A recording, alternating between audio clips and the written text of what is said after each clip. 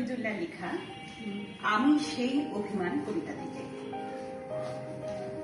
আমি সেই অবহেলা, আমি সেই নতমুখ, নীরবে ফিরে যাওয়া অভিমান ভেজা চোখ, আমাকে গ্রহণ করা।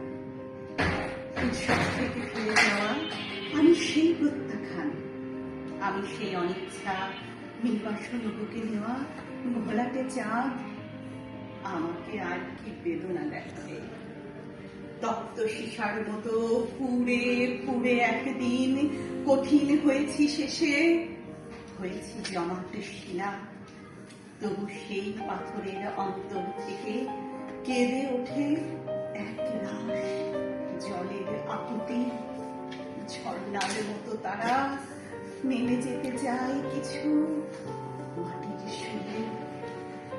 আমি সেই নতমুখ, পাথরের নিচে করুণ বেদনার জল, আমি সেই অভিমান।